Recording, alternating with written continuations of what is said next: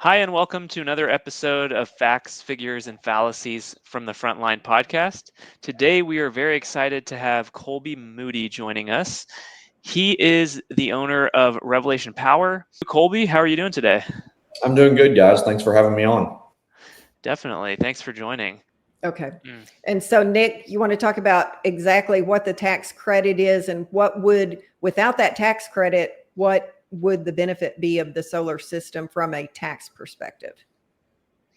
Yeah, so I guess I just wanted to mention, for a commercial, for example, like if you're a commercial business that's considering doing this, you could potentially, add solar to your office, for example, and you could get your 30% tax credit, right? So if let's just say it costs $100,000, you could potentially get 30,000 as a credit. But in addition to that, you could depreciate. You could take a write-off for the cost of the solar panels. So it's almost like you're getting to kind of double dip because you're getting a tax credit plus you're getting a deduction on your business tax return for depreciation expense. And so that is one of the benefits to the one big beautiful bill. The bonus depreciation has been renewed to 100%, which means even if you're financing your solar install, you can still write all of that off right now. And so you can see the benefits of basically taking that deduction and getting that credit potentially. So I guess, in a sense, that's why it might make a lot of sense if you're considering to, doing this. Now really is the best time to jump on board and make that decision. Yeah, we've on the commercial scale, we've done a few wineries that have, they've got machines they need to keep going. They've done some a lot of commercial areas like that are for pleasure or outdoor entertainment. They're doing a lot of the car chargers as well. That's been something that is a part of the tax credit as well. They're seeing upwards of 70, 80, even 90% off of their system by the time they claim the depreciation and the tax credit right now. Mm-hmm. Yeah, that's awesome. Okay, and Colby, for a typical, just a small office building, take our office for example, what would it cost to put ballpark solar on our office? For small commercials, typically starting at around 50,000. 50,000, then you would get a $50,000 tax deduction that first year. So reduce taxable income by $50,000, and in addition, get a 30%. So 15,000 tax credit, and that tax are better. Be rolled forward. Yep, credits are dollar for dollar 20 years for the next 20 years if you don't have a tax liability. So yeah, that's pretty attractive. So yeah. Are you expecting, since the tax credit is phasing out, are you expecting that to come down? Sales? I am expecting it to come down. I think that like I was saying earlier, I think the sales commissions is going to change drastically to a point where it's not I can price it up to whatever the government tells me I can. I think it's going to be a more competitive market, just like roofing, to where it's not as saturated, but you're going to see actual pricing coming in that's going to be 20 and 30% margins instead of 150% margins. Right. And so I think that it's going to be better for the consumer in a way of pricing, but I also think that you're going to start seeing that the amount of jobs and financing options are going to go down, because right now there is a little over 20,000, we call them solar orphans, in the DFW market alone, where banks that were prepaid leases and holding the warranty banks have went out of business. And so we have 20,000 solar orphans that are just sitting here. Their system either A, doesn't work, it's not producing correctly, or it was never installed completely in the first place to get the money. Because as an installer, I can go out and I can say, hey, we put panels on the roof, you have glass now. But I didn't hook it up the electrical, and actually do the interconnection agreement, which is basically what you would do with your utility company to make sure that they know you have a solar system so it actually reads correctly. And so they can get paid without even connecting the system.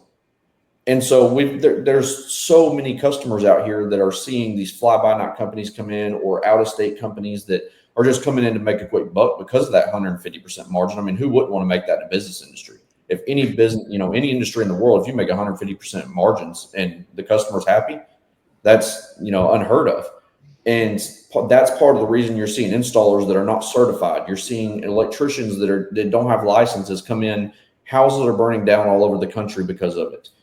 Oh, goodness. I think we're going to start seeing a lot better installations, and it's going to actually evolve as an industry that's identical to roofing and electrical. There's no difference in it, and it shouldn't be priced differently.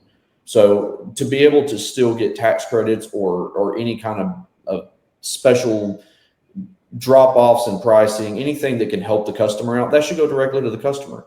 Make your margins, be a successful installer, sales company, whatever you want to do, but don't take it out on the customer.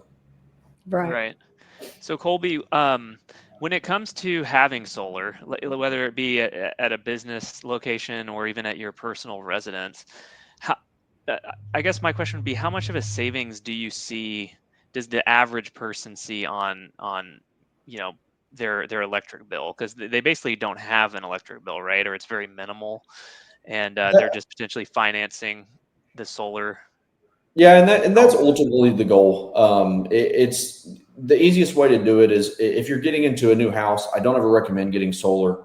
It's stay there, see what you live, how you live. I can have two identical houses, two different families in there. One could be a single family, one could have 3 kids, and their solar system, even though it's the exact same house, is going to be tremendously different just because of the way they live.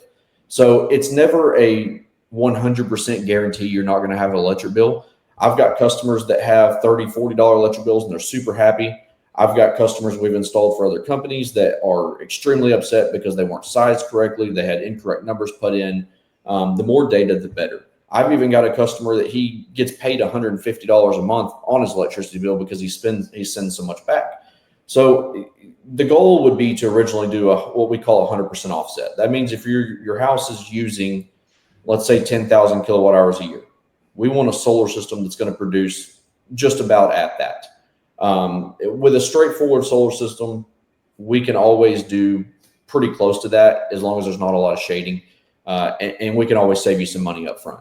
Now, a big trend we are seeing is that more customers are going with batteries. They're tired of the power outages, rolling blackouts, brownouts, and that does make the cost go up a little bit more, but it's still having an amazing ROI. I'm still seeing ROIs between 8 to 11 years. And the solar system, even though you're financing it for 20 to 25, you're still seeing a quick return on your investment at the point of, as long as it's sized correctly, as long as you know how to use your system and monitor it, you're definitely saving money. And within 6 to 8 months is typically the first time I see a good bill. And then another topic that I know we wanted to discuss today was the difference between how to finance, different options on how to purchase the solar for your home or your commercial business. Best option always cash is king. It's just, it is what it is. That's always going to be the cheapest option if you're fortunate enough to do that. But there always is unsecured loans, so you can finance. There's multiple banks out there. As long as you find a company that will give you a bank that's basically going to charge you what the solar system cost originally to install twice in dealer fees or hidden fees behind it. Now they are unsecured, so they typically take all the way down to a 640 credit score. They don't look back more than 2 or 3 years. I can get you financed within 30 seconds. It's super easy. It's kind of scary how easy it is to get financed. If car dealerships could do that, everybody would be driving around $100,000 vehicles. Yeah. Now, with that being said, those rates have been changing due to the fact of the change in the industry, especially with the bill. When I first got into solar, we could get down to like a 5% interest rate. The dealer fee was only 8 or 9%. So, you're paying 13, 14% total on your system. And we didn't have issues back then. Now we're seeing that it's 199, 299 with a 30% dealer fee. And it's starting to look a little bit more unattractive when you have competitors like us come in with credit unions. And for the same system, I can get you a $25,000 system, a few hundred more dollars more on a payment, but you're saving $25,000 over, a few years. A few other options that are going around right now are leases and PPAs, which are called power purchase agreements.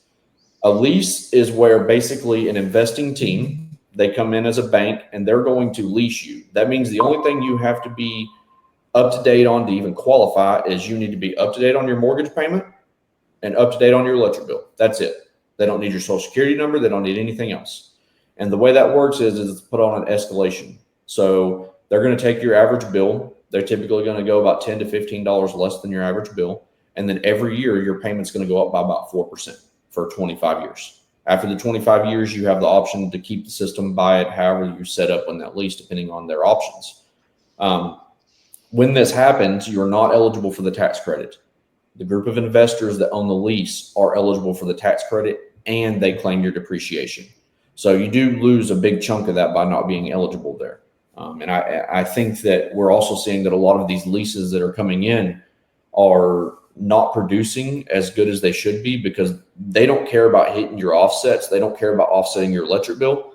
What they care about is, what is my magic number? How big of a system or how small of a system can I put on there to benefit myself on the tax credit? Because there's numbers to where I can price to max out for the tax credit. And so, if I'm at a 7 kW, I can make a little bit more money there compared to an 11 kW system, meaning a 7,000 watt or 11,000 watt. With that being said, if you need an 11 kW system to offset your system, but they're making more money with a 7 kW, they're going to give you that 7 kW, because at the end of the day, the only thing that you're getting that solar for is because they want to make their money. That's what everybody. So if I bought a system today, then how long would I expect that to last? Systems are lasting up between 30 to 50 years right now.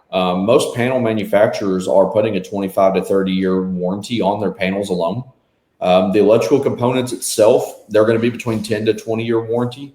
You don't ever see them really going up over that, but systems are lasting a long time. We've actually got to go out and work on a system out by Decatur, actually, that a guy had a system that he had put in the 70s, and it was still producing with less than, I think it was still just over 90%. So it didn't even degrade more than 10% in that many years.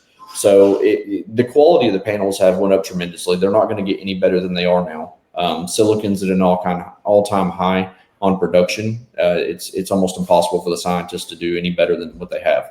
So until they come out with a new way to make a solar panel, there's a lot of customers that we see are saying, well, it's always evolving. Technology is always getting better. We want to wait for these next few years to see what happens. It's not getting better. The batteries have changed by, I would say, 100% in how good they've gotten over the past 3 years, just because we've switched from lithium ion to lithium iron intercore, meaning that you don't have to worry about a battery blowing up in your house no more. That's the reason the Tesla car has done so great, because he switched over to the lithium iron. Everyone wants Tesla because of the name, right? But it's mandatory across all electrical codes to even get a permit now to use lithium iron batteries, just due to the fact of code changes, safety issues, and UL listings to where you can even sell your product in America. So it's changed drastically. The systems are lasting for a long time now, and they're meant to last as your own power grid. Okay. Nick, got anything else? Yeah, I was going to ask Colby, what's the process like, or what would it look like for somebody who buys and installs like a solar system, but then they decide to move a few years later? Does that increase the value of their home? Is there a way to transfer those? Like, does anybody ever try to basically move their system to the new location, or is that obviously just not feasible? How does that look usually? There is multiple different options for that. And it all depends on which bank you get set up with, or if you pay cash. So to answer your first part of that question, does it make the equity of your home go up? Yes, it does. It just depends on the system you put in and your price per watt you get. So basically, if I'm selling you a system around $250 a watt, which is where I'm at, you're automatically getting about $1.50 a watt in equity into your home. The going rate from the government, and I believe it's Berkeley Labs that put out the actual document, they're showing that a realtor should be pushing your system around $4 a watt. So on a 10 kW system, you should have about $40,000 in equity into your home added to your property value. Now, in the state of Texas in 2017, they passed two laws. One being that it does not make your taxes go up because it's green energy. And the second law being that it does make your appraisal value go up. So it all depends on your realtor at that point as well, how much they feel like they can push there. A big thing that we do see is it all depends on your buyer. Solar does have a bad name every now and then, like we talked about. And so sometimes you do get buyers a little less interested because of the solar industry or the solar on the roof itself. So there's a few different ways you can go about it. The best way that I've seen and what I've personally done as well is that I have paid the system down myself quite a bit, even if I've had a loan on it. And then I got my value back by adding, let's say my house was $200,000. I bought a $40,000 system. Okay. I sold my house for $240,000 and then kept the extra money that I'd already put towards the system. Okay. Now there is banks that will let you just change the loan over. All they got to do is do a pre-qualification with them, which, you know, if you can buy a house, you can buy solar. The credit score is tremendously different. It's an unsecured loan. So again, it's so easy to get approved. It's scary. The third option is if you want to take that system to your next house, you are more than welcome to. You just have to get with the bank that is financed, unless you paid cash, to set that up. And then basically you would have to cover the cost yourself to get the roof fixed or mended to where you're not having leaks from the past. The biggest concern I see with that as an installer to a consumer is that your next house may be bigger. It may use more electricity, it may be built different. So that system might not be a feasible option for your next house. And can you add on to the system, or is it just one and done? Most systems you can add on to, yes. Okay. And if you had roof damage, maybe a hailstorm, we get that a lot in Texas. How does that impact your solar panels? I have only ever seen less than probably 50 solar panels broken by hail in the past decade. And that's just from what I've seen personally. It's got to be some big hail. You know, over here in Weatherford area, we had a pretty big hailstorm back in April.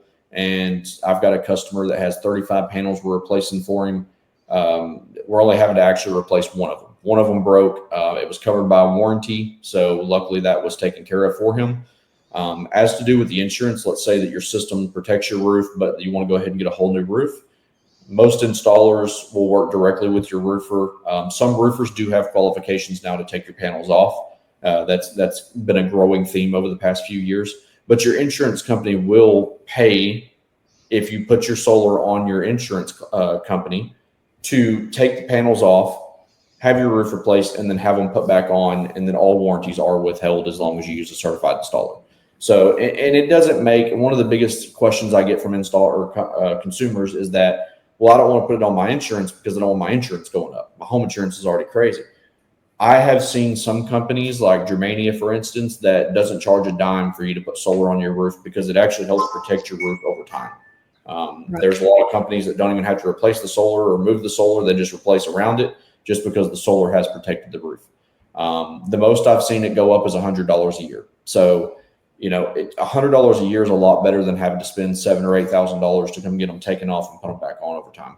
There needs to be a lot more, because I can tell you now, there's a lot of people struggling to pay electricity bills as we speak. And to go from, let's say, 20 cents on $100 or on 1,000 kilowatts, that's $200 a month. Imagine that being 400 and you didn't change the way you live. The only thing you did was live here.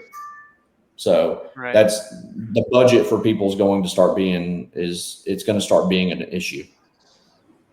Colby, thank you so much. This was a great conversation. Always interested in learning about, different industries like this. So it's very good info. So hopefully if you're watching this and you've been considering and kind of mulling over, doing a solar install, hopefully this is a reminder that now is really probably the best time to jump on that to take advantage of these credits, this bonus depreciation if it's for a commercial use. So yeah, thanks again, Colby. This was great. And Colby, what is your company name and website? Revelation Solar, and it's www.revelationsolar.com. So we appreciate y'all having it. We'll put a link to his website in our description. Yeah, and we give out free quotes. We're happy to help anybody. And I'm going to be upfront with everybody on, if you are looking for solar, sometimes it does not pencil out for you. So don't jump at it. It's an investment. It's just like buying a home. Make sure that it's what you want. Make sure you're investing, because you're investing in the next 25 to 30 years of your life. So. Yeah. Okay. Great information. Thank you, Colby. Thank you.